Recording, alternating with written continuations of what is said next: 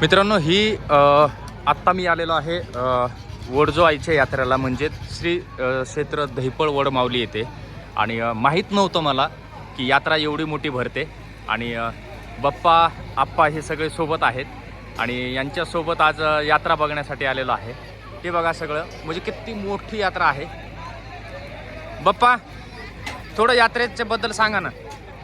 आप्पा वडमावली यात्रा, दहिपळ वडमावली यात्रा म्हणून प्रसिद्ध आहे आणि अख्ख्या महाराष्ट्र मराठवाड्यामधले जास्त लोक येतात, भाविक येतात. तसं दैव यात्रा आता चैत्रिक पौर्णिमेनिमित्त असते, परंतु असं 12 महिने इथं यात्रेचं स्वरूप असतं.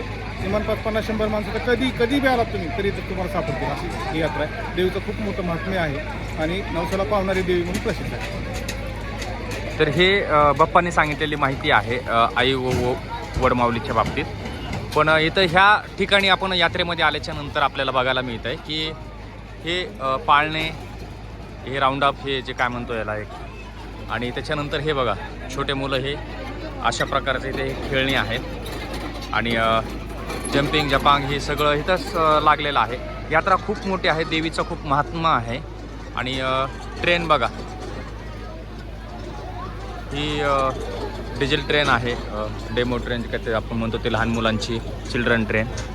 आणि अशा प्रकारचे तो डोरेमॉन पण आहे तिकडे बघा.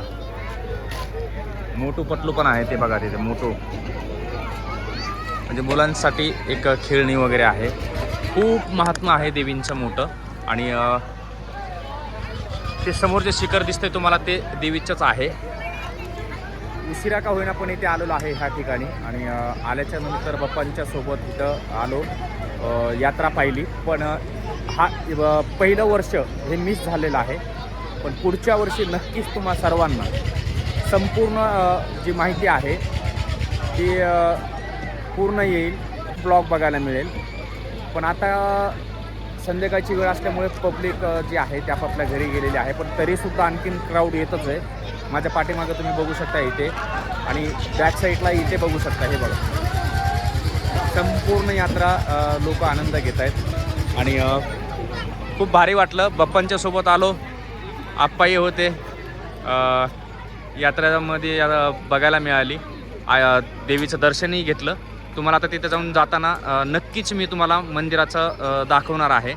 आणि शक्य झालं तर लांबूनच मी तुम्हाला दर्शन करून देईल.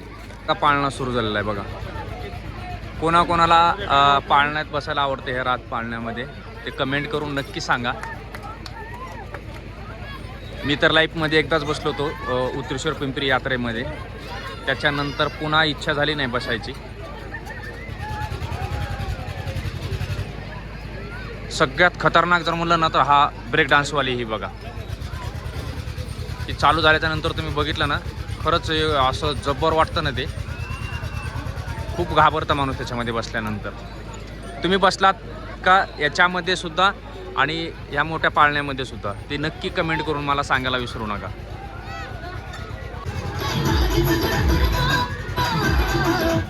आता हा पाळणा सुरू झालेला आहे, तुम्ही फक्त बघायची स्पीड.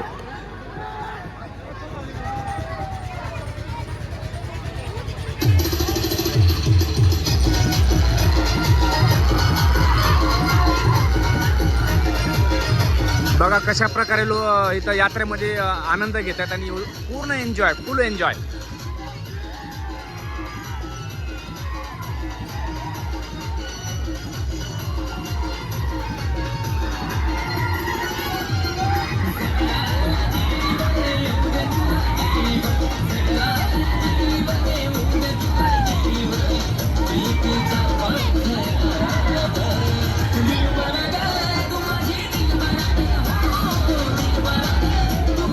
आपल्याला असं अचानकपणे वाटतं की हा पूर्णपणे निघून एका साईडला पडतोय की काय, पण तसं काही नसतंय. ते पूर्ण सेटिंग बघा त्याची. खाली हे बघा,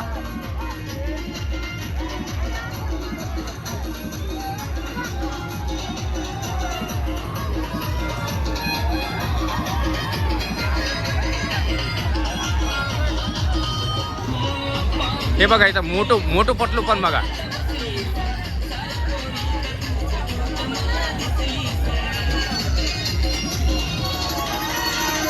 हे बघा ज्यांना जास्त सहन होत नाही हे त्यांच्यासाठी आहे. हे बघा, आपण आपल्याच उड्या मारायच्या आणि आपण आपलाच आस्वाद घ्यायचा. पण मंदिर पाहिलंच आहे आणि हे बॅक साईड आहे आईच्या मंदिराची. तर बंधुराजला आपल्या ओळखलं असेल तुम्ही, त्यांच्याकडे नारळ ठेवले होते, आपल्या व्हिडिओमध्ये तुम्ही पाहिलं असेल. त्यांनी इथं दुकान लावलेलं आहे त्यांचं, विड्याच्या बाजारात तर असतंच, पण इथं देखील त्यांनी हे दुकान लावलेलं आहे. कशी झाली यात्रा? व्यवस्थित आहे ना? चालेल चालेल. आणखी 2 दिवस आहे. ओके, यात्रा असते. चालेल. हे त्यांच्याकडे हे उपकरणं आहेत, हे बघा. आता आहे बघा भरपूर आपल्याकडे एवढे आयटम असतात. ही पाठीमागे पण आहेत, भरपूर अशी उपकरणं त्यांच्याकडे आहेत. हे आसूड पण आहेत, हे बघा. शेतकऱ्यांचे पूर्ण साहित्य इथे हे या प्रकारे आहे.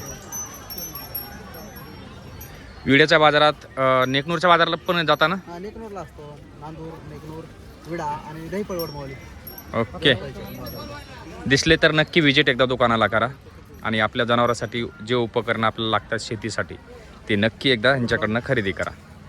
यात्रेमध्ये लेडीज स्पेशल अशा बांगड्यांचे व्हरायटी आहेत. हे मुलींचे गळ्यातील वगैरे नाही,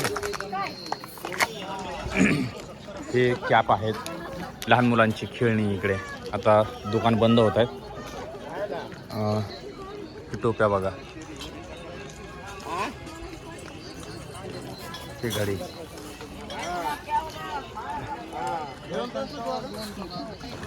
खूप उशीर झाला याला, पण आलोत. देवीचं बोलावणं आलं. बाप्पा चालतायत, आप्पा पण आहेत आणि सर्व धर्म समभाव असणारे हे आईची यात्रा आहे. इथे ह्या झाडांची खरी लहानपणी येत असताना आम्हाला माहिती आहे की हे जे झाडं आहेत ते खूप दाट सावली आहे ह्या झाडांची. आणि हे समोरच अगदी आईचं मंदिर आहे. ह्या ठिकाणी आपल्या सर्वांच्यासाठी आईच्या चरणी प्रार्थना करतो की आई सर्वांचं भलं कर, सर्वांचं रक्षण कर, सर्वांचीवर येणारी वाईट वेळ, वाईट संकट दूर कर, सर्वांच्या कामधंद्यात यश दे आणि सर्वांच्या इच्छा आकांक्षा पूर्ण होऊ दे. की माझ्या या यूट्यूब फॅमिलीला तुझा आशीर्वाद कायम दे. आणि चाललो आहे आता, निघालो. बाप्पा, या झाडाचं काय नाव म्हणतो आपण? मला लक्षातच राहिलं. नांदुरकीचं झाड आहे ना हे. तर ह्या ठिकाणी हे नांदुरकीचे झाडं, असे अनेक झाडं तुम्हाला बघायला मिळतील. तर इथे सगळ्यात मोठं हे झाड आहे बघा. हे बघा, अत्यंत जुनी जे आणि हे सगळ्यात अगोदर हे आईचं मंदिर. हे हा समोरच गाभारा आहे आईच्या मंदिराचा आणि हे जुनी झाडं. आता ह्या ठिकाणी हे बघा स्टोअर वगैरे सगळे. आता हे खाण्याचे हे दुकान. हां, हो, हे बघा खाऊ गल्लीचे स्पेशल दुकान आहे. आता थोडं मुलांसाठी काहीतरी खाण्यासाठी घ्यावं लागेल. एवढ्या बत्ताशे समोरून आता बघू. बालपणी जेव्हा यात्रेमध्ये जायचो त्यावेळेला हे खाद्य खूप महत्त्वाचं असायचं.